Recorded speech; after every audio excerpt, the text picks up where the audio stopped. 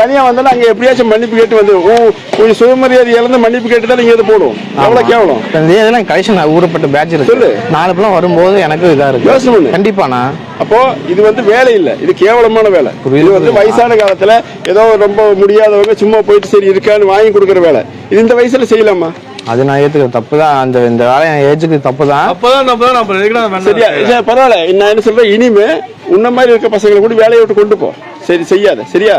இதுல இவ்வளவு பிரச்சனை இருக்கு, இவ்வளவு பிரச்சனைகள் இல்ல, இவ்வளவு சட்டங்கள் இருக்கு. அது தெரியாம நம்ம இந்த மாதிரி ஆளு தெரிஞ்சிருக்கோம். தெரிஞ்சுக்கோ.